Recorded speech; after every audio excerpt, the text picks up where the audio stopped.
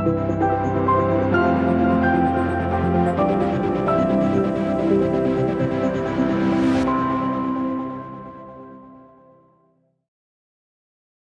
right. We have the Bible reading that we're following, and as most of you know, we are in our Sunday school class picking out some passage or some part of the reading that's coming up in the week to talk about in our lesson time. And since we're just picking something here and then something that's going to be in the next week, we're kind of calling it, we're skipping through the Bible, because there's lots of stuff between where we were last week and where we are this week and where we'll be next week. But I hope that as we look at these things, some of them, some of the stuff we'll talk about today might be very familiar to you and not helpful, but for others it might be quite helpful. So it's hard for me to tell exactly how in depth to go in things. But so I pray that this will be helpful to you. In one sense, we're in the book of Leviticus, and I was thinking about that. Leviticus includes much minutiae, I would say, of how to go about living in covenant with God. The people of Israel were in a covenant with God. He had chosen them to be his people, and then he gave them his commandments, which were just 10 words. But then we have the rest of Exodus and Leviticus and Numbers, like how do you go about this? And in one sense, I think maybe nowadays we have even more than this. But in one sense, we see a parallel even in our own country. We have laws, and then there's regulations that say this is how you keep the law, and this is what happens if you don't keep the law. There's regulations, and they are just as important because you have to know, you have to live within those regulations. And so some of what we see, that's just the way it helps me understand what I'm reading when I read through Leviticus. It gets into tremendous detail. Just yesterday, we were reading through Leviticus 13, where we have all these different things about leprosy. And then today, leprosy in a house. Like, okay, what does that mean? And there's this, do this, and then wait 7 days, and then do this. And we think, why am I reading all this? Well, God put it there. And it is, but to kind of help understand what am I reading, is this as, groundbreaking and important as the 10 Commandments? Well, in one sense, no. But in another sense, it's how we go about keeping the 10 Commandments, which we should be striving to do. Not for our salvation, of course, but they are God's 10 Commandments. They are the way we ought to live, and we can learn from this stuff that we're reading even in Leviticus. Now today, though, I'm going to just go on a much simpler, more easy to read section. I thought it might be good to talk through the feast days of Israel. We know days like Valentine's Day and Independence Day and Veterans Day. As Americans, we have special days that we pause from life, and anymore, sadly, we eat food and watch television. We don't do much in the way of like a Memorial Day. It comes along, we buy mattresses or something like that. I don't know. President's Day is this or whatever. Our culture also has been very commercialized, but we have, in a certain sense, certain things in our culture that are put there to remind us of our history. And the Lord, and this is something that is definitely, I think it's godly for us as Americans to participate in these things. God put these same type of things into the life of his people.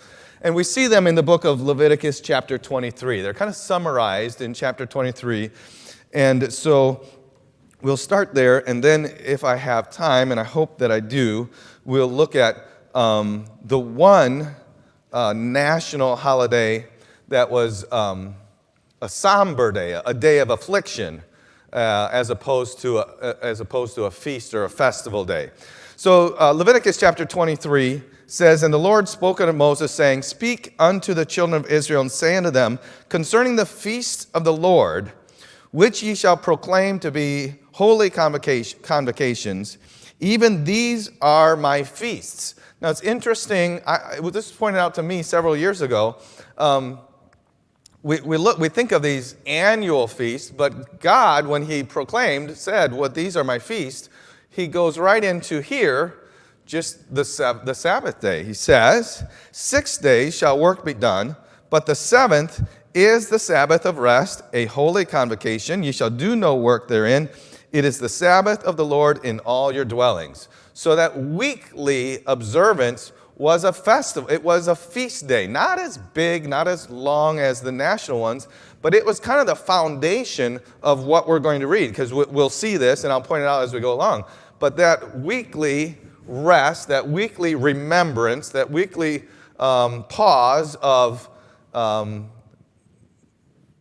materialistic life was necessary. It was built into their culture. Is actually built into human nature because we were created that way. Everything was created in 6 days, and then the seventh day is the day of rest. But so we have the first feast, or whenever we talk about the feast, we're leaving out an important part if we don't understand the Sabbath day. Now, I'm not going to go into everything that was involved in the Sabbath day. There's a lot of regulations in Leviticus and Numbers and Exodus about the Sabbath day. But they were to work, and then they were to rest. There's not to be any work done. As we read through this, there is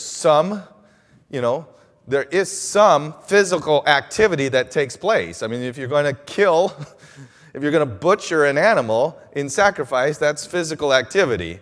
But generally, no personal physical activity, no cleaning the house up, painting the siding or whatever like that on the Sabbath day. So then we go into verse 4. It says, "These are the feasts of the Lord, even holy convocations, which ye shall proclaim in their seasons. In the 14th day of the first month at even is the Lord's Passover." Now, Passover the Passover was in the 14th day of the first month, and that is of what we would, as we were to read all the scripture, we would say this is the first month of their religious year. The seventh month of their religious year was also the first year of their civil or governmental year. They had 2 calendars, and in fact, they probably had a third calendar, which would be an agricultural calendar. It's like the barley harvest and this harvest, and then so they had a lot of different calendars. They didn't have an app to keep track of it all, but life was simpler, and then they knew what was going on. But it's the first month of the religious year. On the 14th day of the month is the Passover. So the 14th day of the month, it doesn't matter when it comes along, that's the Passover. Would that, since it's the 14th day, would that be the second, seventh day of the month? Well, of the month it would be, but would it be as we're going through from year to year to year? The Passover would not have normally landed on a Sabbath day. Okay, so the Lord says, in the 14th day of the first month at even is the Lord's Passover, and on the 15th day of the same month is the feast of unleavened bread unto the Lord. 7 days ye must eat unleavened bread. In the first day ye shall have a holy convocation. Ye shall do no servile work. I'm second guessing my notes, but I'm pretty sure, maybe I didn't see it, maybe the holy convocation. But so the Passover is observed as a Sabbath day. Okay, I believe. It doesn't say it right there, so I could be wrong. I might have been assuming something when I put it in my notes. But so let me just say, perhaps it was observed as a Sabbath day. But you see then, let's just move along then. The Passover is the 14th day of the month, not necessarily a Sabbath day. But then they go right into the Feast of Unleavened Bread. So that's the second annual thing. We see that. In the 14th day at even is the Lord's Passover, and on the 15th day of the same month is the Feast of Unleavened Bread unto the Lord. It's observed for 7 days. And then the first day you shall have a holy convocation. You shall do no servile work therein. So that day, the scripture says right there, is a Sabbath day. Or it's not it's observed as a Sabbath day. So if the 7th day was the 13th day of the month, and then on the 14th day you had the Passover, and then the 15th day you would observe the 15th day as a Sabbath day, just like you had on the 13th, or whatever day of the month it was. The 15th day of the month is a day with no work being done. You shall offer an offering made by fire in the Lord. In the 7th day is a holy convocation. You shall do no servile work therein also. So the 15th day, which is the 15th day of the month, which is the first day of the Feast of Unleavened Bread, is observed as a Sabbath. And then the 7th day of the Feast of Unleavened Bread, which is the 21st day of the month, is also observed as a Sabbath, regardless of when the 7th day of the week came along. Okay? So there's the Feast of Unleavened Bread happens. So we come to the new year religiously. On the 14th day is the Passover. 15th day begins the Feast of Unleavened Bread, and that goes for 7 days. And then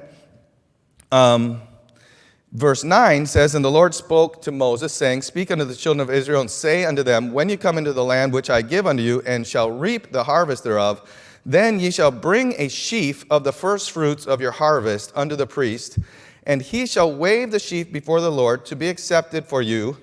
On the morrow after the Sabbath, the priest shall wave it.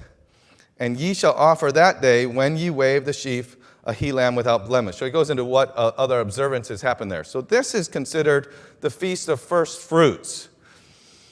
So this Feast of First Fruits, or this observance of First Fruits, is on the day after the Sabbath, after harvesting the first fruits. Not the total harvest, just the first fruits of the harvest. They were to bring this. And as we look back, and we'll just say, as we look back in history, normally this occurred during the Feast of Unleavened Bread. So often, so you had Passover, and then you had a Sabbath, an observed Sabbath, because it was the 15th day, the first day of unleavened bread, and the day after that Sabbath was the observance of first fruits. Okay? So, and it seems clear to us that is the way it happened when Christ died. Christ died as our Passover. Then there was the 7th day of the week, and that was a double Sabbath because it was the feast, the observance of first fruits, and then of unleavened bread, and then the next day was the first fruits. And what is Christ?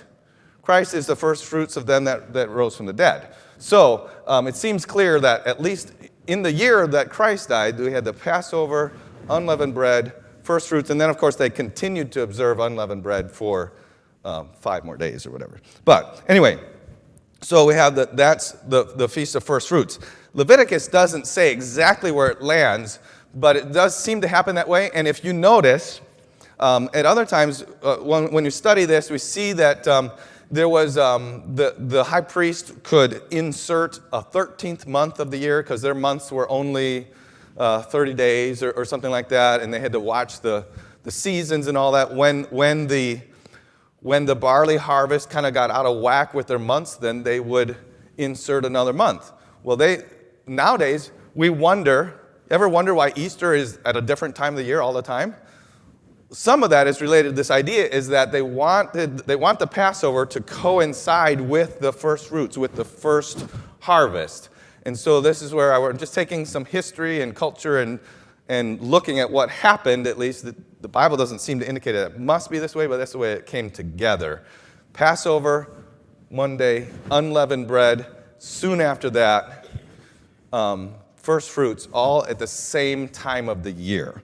Then in verse 15, it says, And ye shall count unto you from the morrow after the Sabbath, from the day that you brought the sheaf of the wave offering, 7 Sabbaths shall ye number, 50 days. So the day after, after the Sabbath, you're going to count 7 Sabbaths.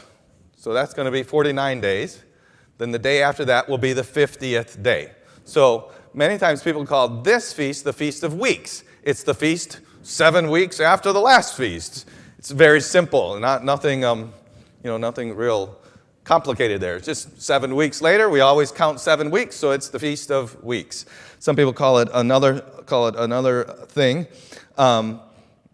So count 7 Sabbaths, and then the morrow after that, the morrow after the 7th Sabbath, ye shall number, which would be 50 days, and you shall offer a new meat offering unto the Lord. You shall bring it out of your habitations, 2 wave loaves, and it goes through what should be offered then. Now, that's what they observed every time. And 50 is in Greek the word penta. Okay, penta. So we come to, it became known in the New Testament, not because of before the New Testament was written, but by the time of Christ, it's known as Pentecost, the Feast of Pentecost, the Feast of 50 days, of Feast of Weeks. It's Pentecost. So that is, and it was 50 days, right? Jesus rose on Sunday. He stayed for 40 days with his people and ascended, and 10 days later was the Feast of Pentecost. So, the Bible fits together very nicely. It's not groundbreaking. We should expect the Bible to fit together. And when it doesn't fit together in our mind, we just gotta adjust our mind to see how it works. Anyway, something that I'm seeing in my notes and I want to mention is that all men were expected to come and recognize the Feast of Passover. That's in the first month of the year. And all men were expected to come to the Feast of Weeks, or the Feast of Pentecost. And I'm skipping along. So the Feast of Pentecost was observed as a Sabbath day also. Regardless of when it landed, it was observed as a Sabbath day. And then there was what was called the Feast of Trumpets. And this is in the 7th month, the first day, just one day, the Feast of Trumpets, a blowing of trumpets. And this came also to be understood as the beginning of their civil year. They had, like I said, a religious year. This is the 7th month of the religious year, but the first year of the civil year. We don't have time to go into why all of those different months, but anyway, the first day of the 7th month, it was a day of blowing of trumpets, and that was observed as a Sabbath day. Regardless of whether it was the 7th day of the week or not, it was also observed as a Sabbath day. Then we have the Day of Atonement. We still know of this day even today. You hear Jewish people recognizing Yom. Yom is the word day. Yom Kippur is the Day of Atonement. So this is in the same month, the 7th month, on the 10th day. That is observed as a Sabbath day. They were to afflict their souls. And actually, as we read through it, it started on the 9th day at even. Well, the next day started at even. The evening and the morning were the one day. So at the end of the 9th day at even, they would begin recognizing the Day of Atonement. That's when the 10th day of the week would have started, is at even on that day. So that is observed as a Sabbath, and they were to afflict their souls in that day. This is different from all the other ones. There's not happy remembrances. They were to fast. They would begin their fast in the evening, go through the next day, and there's elaborate things going on during that day at the temple or the tabernacle. And then in the 7th month, from the 15th to the 21st day, was the Feast of Tabernacles, this also known as Sukkoth, that everybody would come to Jerusalem and they would build tents or booths to remember the time that they lived in the wilderness. Brother Schrock talked about this last Sunday night, or mentioned it as he was going through. The first day is observed as a Sabbath. That would be the 15th of the month. And then the 8th day was observed as a Sabbath. That would be the 22nd day of the month. What you see here is that there is a lot going on in the first month of the year. The Passover, unleavened bread, first fruits, all within 3 to 4 or 5 days of one another. If you count all of the Feast of Unleavened Bread, you have Passover, Feast of Unleavened Bread, total 8 days, all in the first month of the year. Then you have the Feast of Pentecost, 7 weeks after that, 50 days after that. And then in the 7th month, you have the Feast of Trumpets. 10 days later, the Day of Atonement. 5 days after that, or 4 days after that, the Feast of Tabernacles for 7 days. So you have a block of things there. So some people have talked about how difficult it was how could you be a Hebrew man? You had to be in Jerusalem. You had all these feasts that you were supposed to observe, 7 different feasts and all of this.